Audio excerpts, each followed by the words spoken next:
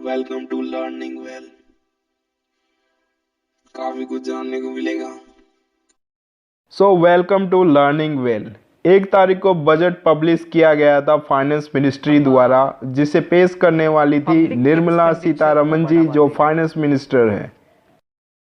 तो कंटेंट क्या रहने वाला है वो मैं बता देता हूँ आपको, जरा कान खोल के सुनना।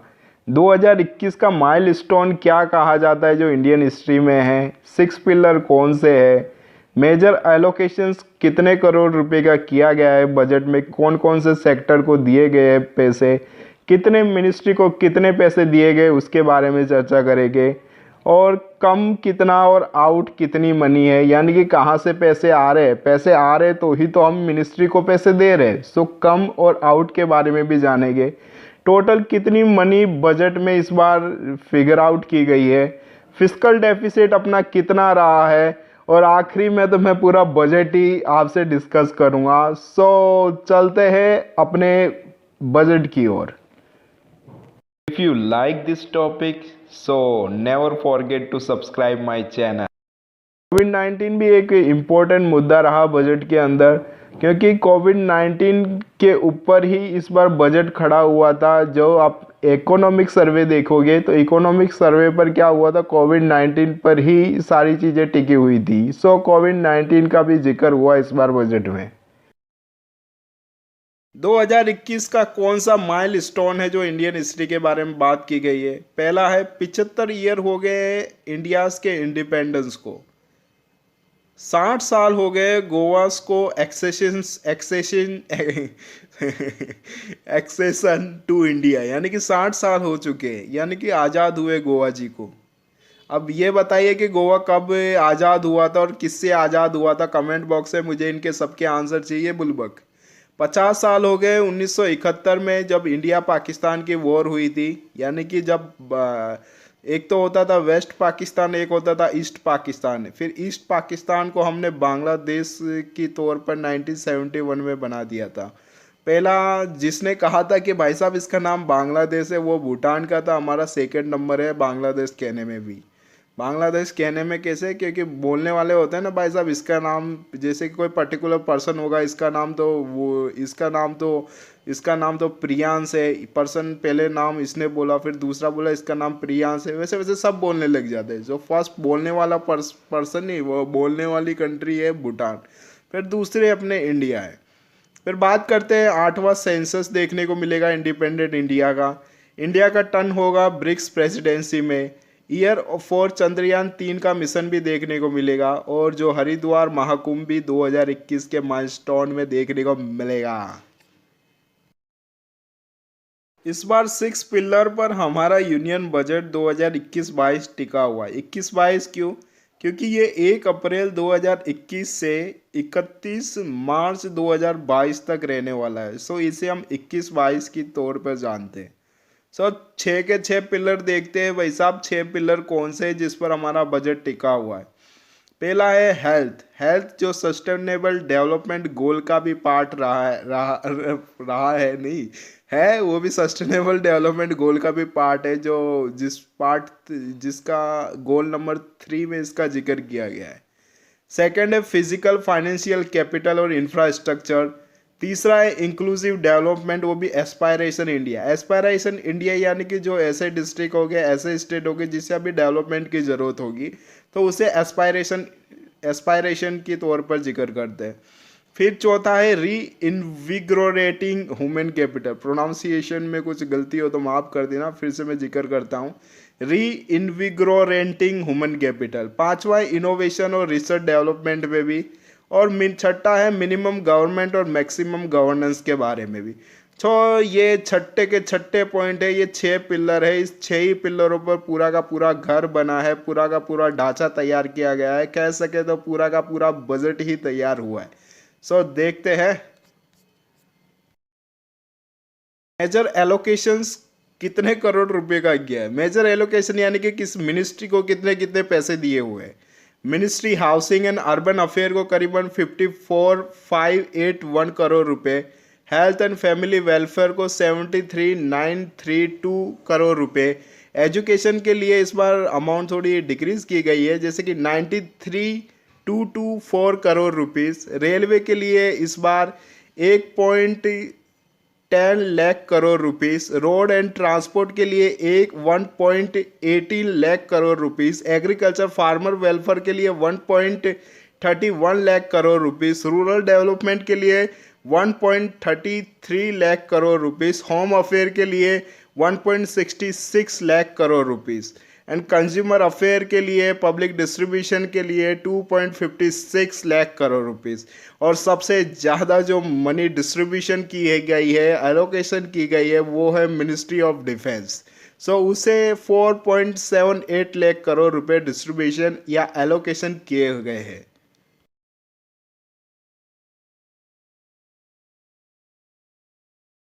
तो जानते हैं कि ये पैसे आ कहाँ से रहे हैं और जाएंगे कहाँ। पहले हम कहाँ से आ रहे हैं उसके बारे में देख लेते हैं। सो यहाँ पर देख सकते हो कि सबसे ज़्यादा मनी हम बोरोविंग से लेते हैं। बोरोविंग के बाद में आपको सेकंड पे जीएसटी का कलेक्शन देखने को मिलता है। फिर इनकम टैक्स की बारी आती है। फिर इनकम टैक्स के बाद में कॉरपोरेशन टैक्स होता है। कॉरपोरेशन टैक्स के बाद में यूनियन एक्साइज के बारे में बात की गई है। यूनियन एक्साइज के बारे में नॉन टैक्स रिवेन्यू है। नॉन टैक्स रिवेन्यू के बाद में डेब्ट कैपिटल रिसिप्ट है और फिर कस्टम्स की ड्यूटी आ रही है। अब ये तो पता चल गया कि रुपीस कहाँ से आ रहे हैं। अब भाई साहब पैसे आए हैं तो उसे कहीं जाना भी तो है ना, तो अब वो जाएंगे कहाँ पर उसके बारे में भी बात करते हैं। सबसे ज़्यादा पैसे आपको जाते हुए दिखेंगे यहाँ पर इंटरेस्ट के पेमेंट में, क्योंकि उधारी लिए तो उसका ब्याज होगा, उसके ब्याज को भी देना पड़ेगा नहीं यार। तो और दूसरा आपको देखने को मिलेगा यहाँ पर शेयर को, जो भी स्टेट है, सेंट्रल गवर्नमेंट शेयर और मनी एलोकेशन करते स्टेट को उसकी टैक्स और ड्यूटीज़ के लिए, तो वो 16% सेकेंड में देखने को मिलेगा। तीसरा सेंट्रल सेक्टर स्कीम है। सेंट्रल सेक्टर स्कीम और स्कीम होती है।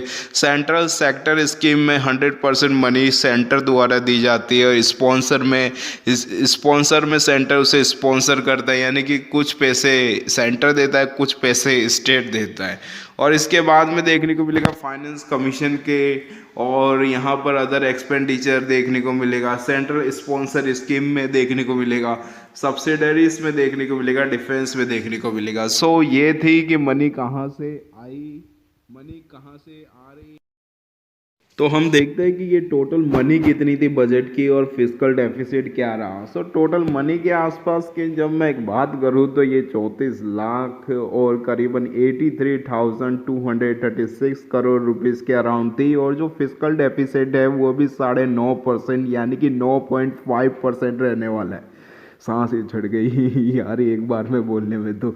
सो ये इतना रहने वाला है, करीबन 34 लाख करोड़ का तो ये टोटल मनी का बजट था। करीबन इतना एक्सपेंडिचर होने वाला है और करीबन फिस्कल डेफिसिट है वो करीबन 9.5% के आसपास जाने वाला है। और एक और बात, करीबन 2023-24 के आसपास कह रहे हैं कि जो FRCA है, जिसको फिस्कल रिस्पॉन्सिबिलिटी बजट मैनेजमेंट कहते हैं, जिसके अनुसार करीबन 3% रखने का टारगेट है। देखते हैं कि 22-23 तक इसे 3% तक लेके आ सकते हैं कि नहीं, तब हम देखेंगे कि आ गया है कि नहीं।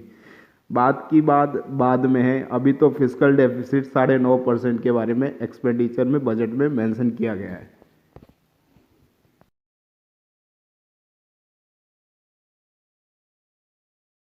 स्वागत है। सो बजट में हम देखते हैं कि ये यहाँ पर लिखा है प्रेस इंफॉर्मेशन ब्यूरो। बजट में आपका स्वागत है। बजट में आपका स्वागत है। सो यहाँ पर लिखा है प्रेस इंफॉर्मेशन ब्यूरो। ये 19 पेज का बजट देखने को मिलेगा पूरा का पूरा, और मैं पूरे डिटेल में आपका इस बजट में स्वागत करता हूँ। मैं पूरी डिटेल में समझाऊंगा, अपन जल्दी जल्दी करूँगा क्योंकि ये काफ़ी बड़ा है। सो press information bureau government of India द्वारा हाईलाइट हुआ है यूनियन बजट 2021-22। क्यों? क्योंकि ये 1/4/2021 से 31/3/2022 तक रहेगा, इसीलिए इसे 21-22 कहा जाता है। चलो मैं इसे रफ कर देता हूँ, ये फालतू के कचरे आ रहे हैं। सो अब आते हैं बजट की तरफ। इसमें क्या है कि डिजिटल यूनियन बजट है, फर्स्ट टाइम डिजिटल बजट है, यानी कि एक टैबलेट यानी कि एक लैपटॉप द्वारा ये बजट को पेश किया गया है। सो न्यू एरा है, one is India is a well poised truly the land of promise and hope. So new budget है और ये पूरा डिजिटल यूनियन बजट है। इसके 6 पिलर हैं, थोड़ा ऊपर कर लेता हूँ, देखते हैं कौन से 6 पिलर है भाई साहब के। इसके 6 पिलर हैं। 6 पिलर कौन कौन से, वो मैं अभी दिखाई देता हूँ आपको। इसके 6 पिलर है। फर्स्ट है हेल्थ वेलबिंग, जो हमने पहले चर्चा ही कर लिया था शॉर्ट में, यानी कि वो पहला शॉर्ट में मैंने आपको बता दिया कि बजट में क्या क्या है, और ये पूरा डिटेल में।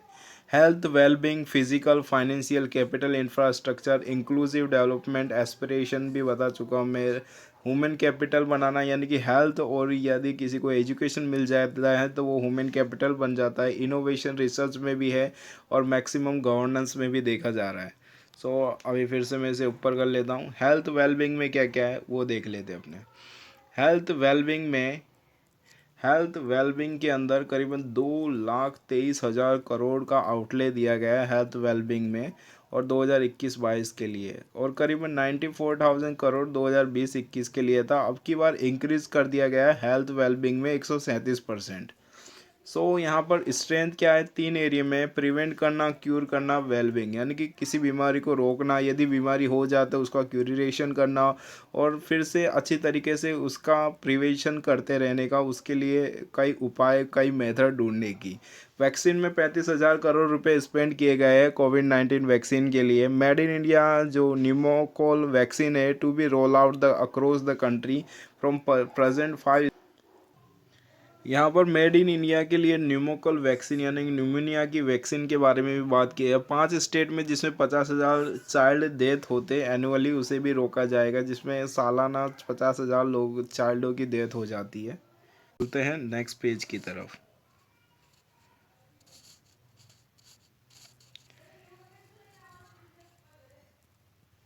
हेल्थ सिस्टम के बारे में बात करते हैं। हेल्थ सिस्टम में करीबन 64,000 करोड़ रुपए 6 ईयर के लिए पीएम आत्मनिर्भर स्वास्थ्य भारत योजना के तरीके से दिया गया है। ये सेंट्रल स्पॉन्सर स्कीम है, जिसमें से कुछ पैसे सेंटर देती है, कुछ स्टेट का पार्ट होता है, नेशनल हेल्थ मिशन के द्वारा। इसमें क्या है, नेशनल इंस्टीट्यूशन वन हेल्थ होगा, 4 regional national institution of virology की खोली जाएगी, इंटीग्रेटेड पब्लिक हेल्थ लैब होगी, क्रिटिकल केयर हॉस्पिटल का ब्लॉक होगा, नेशनल सेंटर डिजीज कंट्रोल के बारे में बात की गई, इंटीग्रेटेड हेल्थ इंफॉर्मेशन पोर्टल के बारे में बात की है, 17 पब्लिक हेल्थ यूनिट के बारे में, रीजनल रिसर्च प्लेटफॉर्म के बारे में, और 9 बायो सेफ्टी लेवल 3 लेबोरेटरी के बारे में बात की जाती है। आगे देखते हैं न्यूट्रिशन के बारे में, बहुत इंपॉर्टेंट पॉइंट है ये। मिशन पोषण 2 के बारे में बात की है, जिसमें स्ट्रेंथ देगा nutrition content, delivery, outreach and outcome, margin होगा सप्लीमेंट्री न्यूट्रिशन प्रोग्राम एंड पोषण अभियान, एंड स्ट्रेटेजी से अडॉप्ट करेगा improve nutrition outcome. 112 aspiration district जिसको डेवलपमेंट होना वाला है, जिसमें डेवलपमेंट चल रहा है। Universal coverage of water supply के बारे में बात की गई है। 2,87,000 करोड़ के लिए 5 साल के लिए जल जीवन मिशन के द्वारा लॉन्च किया गया है। इसका एम है कि करीबन 2,86,000 करोड़ यानी कि 2.86 करोड़ हाउस होल्ड टैप पे कनेक्शन दिए जाएंगे, 2 करोड़ के आसपास। यूनिवर्सल वाटर सप्लाई दिया जाएगा 4,378 अर्बन लोकल बॉडीज में। लिक्विड वेस्ट मैनेजमेंट दिया जाएगा 500 अमृत सिटीज़ में।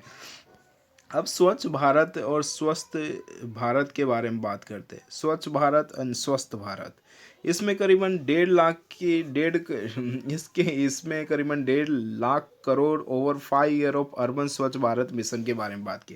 2014 में जब स्वच्छ भारत आया था 5 साल के लिए था, 2019 तक, फिर 2020 में वापस चालू कर दिया गया था 2020 से 2025 तक। यानी कि स्वच्छ भारत मिशन ये रिलेटेड है गांधी जी, क्योंकि गांधी जी क्लीनेस पर फोकस करते थे, तो क्लीनेस पर फोकस करते थे गांधी जी, इसलिए गवर्नमेंट ने भी स्वच्छ भारत मिशन 2014 में ही पब्लिश कर दिया था, क्योंकि स्वच्छ भारत रहेगा तो ही तो हमारा भारत बढ़ेगा। इसी के लिए यहाँ पर स्वच्छ भारत मिशन के बारे में बातें की जाती है। तो बात करते हैं यहाँ पर मेन इंटरवेंशन है स्वच्छ भारत मिशन में 2.0 है, जैसे कि रजनीकांत की जो रोबो 1 थी, फिर रोबो 2.0 आ गए, वैसे ही यहाँ पर भी वर्जन 2 है। सो फीडल स्लज मैनेजमेंट होगा, वेस्ट वाटर ट्रीटमेंट होगा, रिडक्शन सिंगल यूज़ प्लास्टिक का होगा। सिंगल यूज़ प्लास्टिक जैसे कि हम पेप्सी पीते हैं, वहाँ पर वो जो प्लास्टिक की हुई स्टिक देती है, जो भी अपने स्टिक विस्टिक कुछ भी बोलते हैं, वो नलिया देते हैं, पाइप वाइप देते हैं, वो सिंगल यूज़ प्लास्टिक होती है। जैसे कि नारियल पानी लेते हैं तो वहाँ पर भी वो नारियल पानी पीने के लिए स्टिक देता है, तो वो भी सिंगल यूज़ प्लास्टिक है। उसको एक बार यूज़ करना, यूज़ एंड थ्रो के रूप में आता है, एक बार यूज़ करो और फेंक दो उसको। सो बायो रेमेडिएशंस यानी कि क्लीन एयर के बारे में बात की जा रही है। क्लीन एयर में 2000 करोड़ के आसपास एयर पॉल्यूशन के द्वारा 42 urban centres with a million plus population. Scrapping policy में वॉलंटरी व्हीकल स्क्रैपिंग पॉलिसी है। यहाँ पर फिटनेस टेस्ट के बारे में बताया जा रहा है। After 20 year in case of personal vehicle के बारे में, 15 ईयर कॉमर्शियल व्हीकल्स के बारे में। यहाँ पर fitness test in automated fitness centre में करीबन कॉमर्शियल व्हीकल के लिए 15 साल दिए गए हो, और after 20 year in case of personal vehicles के लिए दिए गए। सो 15 और 20 साल के बारे में बात की गई है। Physical and financial capital infrastructure के बारे में बात की गई है। Scrapping policy, physical and financial capital infrastructure के बारे में बात की, जब प्रोडक्शन लिंक इंसेंटिव स्कीम है, जिसमें करीबन 1.97 लाख करोड़ 5 ईयर के लिए पीएलआई स्कीम में दिया जाएगा, वो भी 13 सेक्टर के अंदर। यहाँ पर क्या है, नर्चर करेंगे मैन्युफैक्चरिंग ग्लोबल चैंपियंस को, और आत्मनिर्भर भारत के तौर पर मैन्युफैक्चरिंग करी जाएगी कंपनीज को integrated part of global supply chains में। एंड कोर कॉम्पिटेंस होगा कटिंग एज टेक्नोलॉजी में। स्केल एंड साइज इन की सेक्टर में होगा। जॉब टू द यूथ के बारे में। अब टेक्सटाइल के बारे में भी बात कर लेते हैं। मेगा इन्वेस्टमेंट टेक्सटाइल पार्क के बारे में बात की गई है। 7 टेक्सटाइल पार्क खोले जाएंगे। Globally competitive large investment and boost employment generation export. Infrastructure के बारे में बात करें तो नेशनल इंफ्रास्ट्रक्चर पाइपलाइन का एक्सपांड किया जाता है। 7400 प्रोजेक्ट लगाए जाएगा। 217 प्रोजेक्ट करीबन 1.10 लाख करोड़ में कंप्लीट हो जाएंगे। अब आगे के बारे में बात करते हैं, थोड़ा ऊपर आ गए अपने, नीचे चलते हैं। सो मेजरमेंट इन 3 ट्रस्ट एरिया में किया जाएगा। फंडिंग फॉर एनआईपी की, क्रिएशन ऑफ इंस्टीट्यूशन स्ट्रक्चर होगा, मोनेटाइजेशन होगा। अब ये देखिए, फर्स्ट पॉइंट में creation institution structure infrastructure financing के बारे में बात की। 20,000 करोड़ रुपए डेवलपमेंट फाइनेंशियल इंस्टीट्यूशन के बारे में बात है। 5 लाख करोड़ रुपए पोर्टफोलियो के बारे में बात करते हैं। डेप्ट फाइनेंसिंग के बारे में बात करते हैं। Big trust and monetising asset के बारे में, नेशनल मोनेटाइजेशन पाइपलाइन के बारे में बात की। एसेट मोनेटाइजेशन है। 5 ऑपरेशन टोल रोड बनाए जाएंगे 5,000 करोड़ रुपए के। ट्रांसफर किए जाएंगे। ट्रांसमिशन एजेंट होगी 7,000 करोड़ रुपए की, जो भी ट्रांसफर किए जाएंगे। डेडिकेटेड फ्रेट कॉरिडोर होगा, जो भी मोनेटाइज किया जाएगा रेलवे के लिए। ऑपरेशंस होगा, मेंटेनेंस होगा एंड कमीशंस होगा। लॉट ऑफ एयरपोर्ट होगी, जो मोनेटाइज किया जाएगा ऑपरेशन एंड मैनेजमेंट कंसल्टेंसी के लिए। कोर इंफ्रास्ट्रक्चर एसेट्स होगा, जो रोल आउट होगा under the asset monetisation programme में। ऑयल एंड गैस पाइपलाइन के बारे में बात की गई है। ऑयल एंड गैस पाइपलाइन के बारे में बात की गई, जैसे गेल, IOCL and HPCL।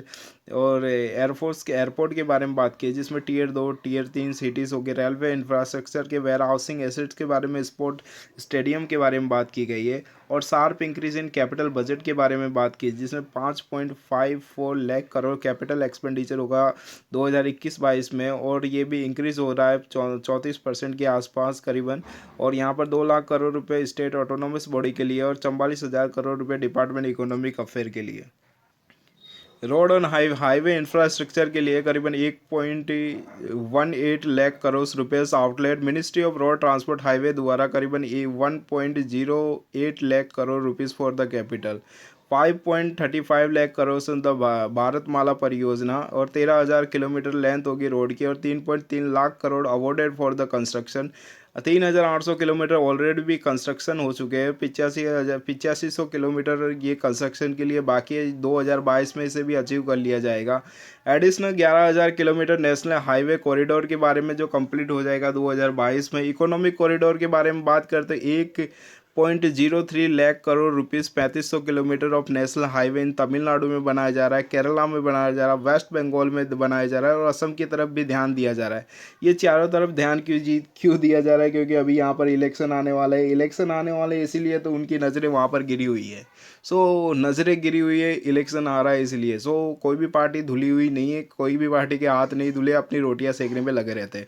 Economic corridor के बारे में बात करते हैं। 1.03 लाख करोड़ आउटले है 3500 किलोमीटर के बारे में, और 65,000 करोड़ इन्वेस्टमेंट किया जा रहा है 1100 किलोमीटर के बारे में केरला में, 25,000 करोड़ रुपए 675 किलोमीटर के लिए वेस्ट बंगाल के लिए, और 34,000 करोड़ रुपए 1300 किलोमीटर के लिए वो भी आपके असम में देखने को मिलेगा। नेक्स्ट 3 ईयर में ये प्रोजेक्ट कंप्लीट हो जाएगा। फ्लैगशिप कॉरिडोर एक्सप्रेस वे है, दिल्ली मुंबई एक्सप्रेस है, बेंगलोर चेन्नई एक्सप्रेस है, कानपुर लखनऊ है, दिल्ली देहरादून इकोनॉमिक कॉरिडोर है, रायपुर विशाखापट्टनम है, चेन्नई सालम कॉरिडोर है, अमृतसर जामनगर है, दिल्ली कतरा है। सो यहाँ पर भी कंस्ट्रक्शन स्टार्ट होगा, देख लेना। यहाँ भी ट्रैफिक मैनेजमेंट सिस्टम के बारे में बात की गई है, स्पीड रेडार के बारे में, वेरिएबल मैसेज साइन बोर्ड के, GPS enable recovery van will be installed. Railway infrastructure के लिए वो करीबन 1.10 करीबन 1,10,000 करोड़ रुपए रेलवे के लिए दिए जा रहे हैं। पहले करीबन ये 1,07,100 crore is for capital expenditure के लिए था। अब बात करते हैं दूसरी पेज की तरफ। सो हम नेक्स्ट पेज की तरफ आ गए। नेशनल रेल प्लान है इंडिया का 2030 तक, फ्यूचर रेडी रेलवे सिस्टम के बारे में, 100% इलेक्ट्रिफिकेशन के बारे में बात की गई है। ब्रॉड गोज रूट के लिए कंप्लीट किया जाएगा दिसंबर में। ब्रॉड गोज रूट किलोमीटर के बारे में 46,000 RKM के बारे में 72%। वेस्टर्न डेडिकेट फ्रंट कॉरिडोर के बारे में बात की गई है। मेक इन इंडिया स्ट्रेटेजी के बारे में बात की गई है। डेडिकेट फ्रेट कॉरिडोर के प्रोजेक्ट के बारे में बात की गई है। पैसेंजर कन्वीनियंस एंड सेफ्टी के बारे में बात की गई है। अर्बन इंफ्रास्ट्रक्चर के बारे में बात की गई है। रेजिंग यहाँ पर का एक्सपांसन करी जाएगा मेट्रो रेलवे नेटवर्क को। 18,000 करोड़ न्यू स्कीम के लिए दिए जा रहे हैं पब्लिक बस ट्रांसपोर्ट के लिए, वो भी 3P मॉडल वाले हैं, यानी कि पब्लिक एंड प्राइवेट दोनों ही है। करीबन 20,000 बस रन ऑफ की जाएगी। और यहाँ पर मेट्रो लाइट और मेट्रो नियो के बारे में भी बात की जा रही है, जो इसे आप पढ़ लेना, मैं PDF प्रोवाइड करवा दूंगा टेलीग्राम पर। नागपुर रेल प्रोजेक्ट के बारे में, पावर इंफ्रास्ट्रक्चर के बारे में बात की गई। 140 gigawatt of install capacity, 1.41 lakh circuit kilometre के बारे में बात की गई। Transmission line added, 0.8 crore household connect किए जाएंगे 6 सालों में। कंज्यूमर है अल्टरनेटिव है, चूज करेगा डिस्ट्रीब्यूशन कंपनीज को कम्पिटिटिवनेस में। 3 लाख करोड़ के आसपास 5 ईयर में ये रिजल्ट देखने को मिलेगा पावर डिस्ट्रीब्यूशन सेक्टर में। नेशनल हाइड्रोजन एनर्जी मिशन 2021-22 के बारे में बात कर, पोर्ट शिपिंग वाटरवे के बारे में बात की जाएगी। आगे ये पेट्रोलियम नेचुरल गैस के बारे में, उज्ज्वला स्कीम के बारे में बात की गई। सो मोर डिस्ट्रिक्ट के बारे में बात की गई। नई गैस पाइपलाइन के बारे में बात की गई है Jammu Kashmir. Gas transport system operator के बारे में बात की गई है। फाइनेंशियल कैपिटल में सिक्योर मार्केट कोड के बारे में बात की गई है। और फिनटेक हब के बारे में बात की गई है। और ये जो जिफ्ट एंड IFC है जो गुजरात का है, उसके बारे में बात की गई है। अब चलते हैं नेक्स्ट पेज की तरफ। रेगुलेट गोल्ड एक्सचेंज के बारे में, कैपिटल इन्फ्लेशन के बारे में बात की। FDI इंश्योरेंस सेक्टर में बात की गई। 49 से 74% इंश्योरेंस सेक्टर में भी FDI को बढ़ा दिया गया है, 49 से 74। स्टेट एसेट रिसोल्यूशन के बारे में, रिकैपिटलाइजेशन PSB के बारे में, डिपॉजिट इंश्योरेंस के बारे में बात की गई है। एक्ट 1961 के बारे में बात की गई। 50 लाख से 20 लाख के बारे में NBFC minimum asset size 100 crore. Company matter के बारे में बात की गई है। LLP यानी कि लिमिटेड लाइबिलिटी पार्टनरशिप एक्ट 2008 के बारे में, स्मॉल कंपनीज के बारे में बात की गई है। डिसइन्वेस्टमेंट के बारे में बात की गई है कि डिसइन्वेस्टमेंट यानी कि वो होता है जो कंपनी अपनी जो भी सिक्योरिटी है वो प्राइवेट एंटिटीज़ को बेच देती है, जिससे उनको पैसे मिलते हैं। वो पैसे वो पब्लिक डिस्ट्रीब्यूशन में डाल देते हैं, वो पैसे वो पब्लिक के वेलफेयर के लिए स्पेंड करते हैं, उसे डिसइन्वेस्टमेंट कहते हैं। पर वो क्या होता है, उनके पास करीबन 50 या 50 से अप शेयर उनके पास ही होल्डिंग रहते हैं, तो इसीलिए उसे डिसइन्वेस्टमेंट कहते हैं। यदि उनके पास 49% भी शेयर रह गए तो उसे प्राइवेटाइजेशन कह दिया जाता है। कितना? 49%। यहाँ पर बात की गई है एस्पिरेशन इंडिया के एस्पिरेशन इंडिया के बारे में, एग्रीकल्चर के बारे में। कोई प्रोनाउंसिएशन में गलती होगा तो माफ़ कर देना आप, क्योंकि बजट बहुत लंबा है। यहाँ पर मिनिमम सपोर्ट के बारे में बात की गई। 1.5 टाइम द कॉस्ट प्रोडक्शन के बारे में, ये 2013-14, 19-20 और 20-21 के बारे में। यहाँ पर वीट राइस पल्स के भाव के बारे में बात की गई। फिशरीज़ के बारे में बात की गई है। ये सारी की सारी चीज़ें देख लेना आप। यहाँ पर 4 लेबर कोड के बारे में बात की। फाइनेंशियल इंक्लूजन यानी कि पूरे गांव को मिलजुल के फाइनेंशियल इंक्लूजन बैंक वैंक सारे इस्टाब्लिशमेंट करने का, ये अपने चौथे पॉइंट पे आ गया है ह्यूमन कैपिटल में। स्कूल एजुकेशन के बारे में बात की गई है। 15,000 स्कूल बनाए जाएंगे, 100 नए सैनिक स्कूल भी खोले जाएंगे। हायर एजुकेशन के बारे में बात की गई, अभी न्यू एजुकेशन पॉलिसी आई है, उसके बारे में देख लेना। सेंट्रल यूनिवर्सिटी के बारे में, लेह के बारे में बात की। Schedule caste schedule tribe welfare के बारे में बात की। 750 एक्लेव मॉडल रेजिडेंशियल स्कूल बनाए जाएंगे, जिसमें 38 करोड़ 48 करोड़ दिए लगाए गए हैं। पोस्ट मैट्रिक स्कॉलरशिप स्कीम के बारे में बात की। 35,000 सेंट्रल असिस्टेंट के बारे में। 4 करोड़ एससी स्टूडेंट बेनिफिट के लिए। स्किल में अप्रेंटिस एक्ट के बारे में बात की गई। 3,000 करोड़ है realignment of existing national apprentice training scheme के लिए। ये बाकी का आप देख लेना, पीडीएफ में प्रोवाइड करवा दूंगा। इनोवेशन एंड रिसर्च डेवलपमेंट के बारे में बहुत इंपॉर्टेंट सेक्टर है, हमारे यहाँ पर करते नहीं है, बनाया माल अपने छाप लेते हैं। यानी कि कोई रिसर्च करता है, रिसर्च डेवलपमेंट कोई दूसरी कंट्री करती है, बस हम उसे कॉपी पेस्ट कर लेते हैं। नेशनल रिसर्च फाउंडेशन पर इस बार होता है वैक्सीन में हमने बहुत रिसर्च किए, तो ये कहना पड़ेगा भाई, तालियां बजानी पड़ेगी। 50,000 करोड़ के आसपास करीबन 5 ईयर के बारे में। 1,500 करोड़ के बारे में डिजिटल मोड ऑफ पेमेंट के बारे में। नेशनल ट्रांसलेशन मिशन के बारे में। स्पेस इंडिया लिमिटेड के बारे में। गगनयान मिशन के बारे में। 4 एस्ट्रोनॉट के बारे में जो जेनरिक स्पेस फ्लाइट स्पेक्ट रसिया के बारे में जाने वाले थे। 2021 में अनमैन्ड लॉन्च किया गया था। 4,000 करोड़ के बारे में डीप ओशन मिशन के बारे में बात की गई है। मिनिमम गवर्नमेंट और मैक्सिमम गवर्नेंस के बारे में बात की गई है। National nursing and midwife commission bill है, मैकेनिज्म बिल है, ये सब पढ़ लेना। फिजिकल पोजीशन भी आप पढ़ लेना। ये मैं अब दूसरे पेज पे चलता हूँ, ये इतना काम का नहीं है कुछ। नेट बोरोविंग ऑफ स्टेट देख सकते हो, अब 4% तक कोई भी स्टेट बोरोविंग कर सकता है। यदि उसे फिर भी ज़रूरत है, रिकमेंडेशन करता है 15 फाइनेंस कमीशन के, फिर भी उसे ज़्यादा पैसों की ज़रूरत है तो 0.5% वो और भी ज़्यादा कर सकता है। सो फिजिकल डेफिसिट करीबन 3% करना है 2023-24 को। ये अभी क्या है, 15वां फाइनेंस कमीशन का एक टारगेट है, टारगेट बना देते पूरा करते तो फिर देखते भाई 23-24 को 3% फिजिकल डेफिसिट होता है कि नहीं है। 15 फाइनेंस कमीशन के बारे में बात की गई है, ये भी देख लेना। पहले क्या था, 42% था, 42% स्टेटों को शेयर दिया जाता था, अब 41% स्टेटों को दिया जाता है, क्योंकि अभी एक नई यूनियन टेरिटरी बनी है जम्मू कश्मीर ले, तो जम्मू कश्मीर को 1% डायरेक्ट ही, जम्मू कश्मीर को 1% वो जो शेयर है ना वो डायरेक्ट उन्हें दे दिया जाता है। टैक्स प्रपोजल के बारे में है, वो देख लेना। डायरेक्ट टैक्स के बारे में देख लेना। अचीवमेंट है, सीनियर सिटीजन्स में राहत दी गई है। 75 ईयर को जो भी होगा उसे इंटरेस्ट इनकम में डिडक्ट नहीं किया जाएगा। पेइंग बैंक यानी कि बैंक पहले ही टैक्स डिडक्ट कर लेगी, कोई रिटर्न विटर्न फाइल करने की कोई भी ज़रूरत नहीं है। रिडक्शन से डिस्प्यूट विस्प्यूट के बारे में बात की गई है। रीओपनिंग केस 3 ईयर से 6। सीरियस टैक्स इवेशन केस के बारे में डिस्प्यूट रिसोल्यूशंस है। Faceless income tax appellate tribunal centre है। 1 लाख टैक्स पेयर के बारे में है। एनआरआई को भी रिलैक्सेशन दिया जाएगा। रिलीफ ऑफ डिविडेंड में भी दिया गया है। अट्रैक्शन करेंगे foreign investor investment for infrastructure को। इंफ्रास्ट्रक्चर डेब्ट फंड के बारे में। जीरो कूपन बॉन्ड के बारे में बात की गई है।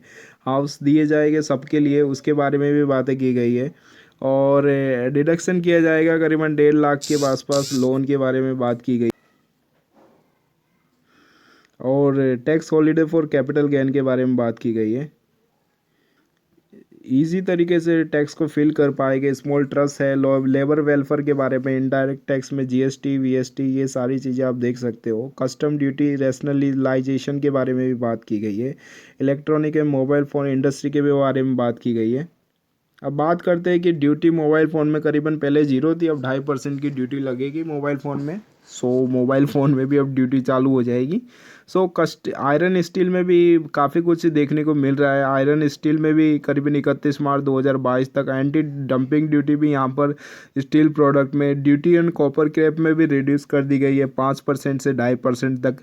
टेक्सटाइल में बेसिक कस्टम ड्यूटी देखने को मिलती है जहाँ पर 5% है। केमिकल्स में भी देखने को मिलता है। गोल्ड सिल्वर में भी गोल्ड सिल्वर रैशनलाइज किया। रिन्यूएबल एनर्जी के बारे में बहुत इंपॉर्टेंट पोर्शन है। और कैपिटल इक्विपमेंट के बारे में एमएसएमई प्रोडक्ट के बारे में भी बात की गई। Exemptions and certain kind of leather withdraw के एग्रीकल्चर प्रोडक्ट के बारे में बात की गई है। और यहाँ पर एग्रीकल्चर इंफ्रास्ट्रक्चर डेवलपमेंट सेस के भी बारे में बात की गई है। टूरेंट कस्टम के बारे में, कोविड-19 पेंडेमिक के बाद प्रधानमंत्री गरीब कल्याण योजना के बारे में बात की गई है। इसमें आप देख लेना, आत्मनिर्भर भारत का पैकेज के बारे में बात की गई है।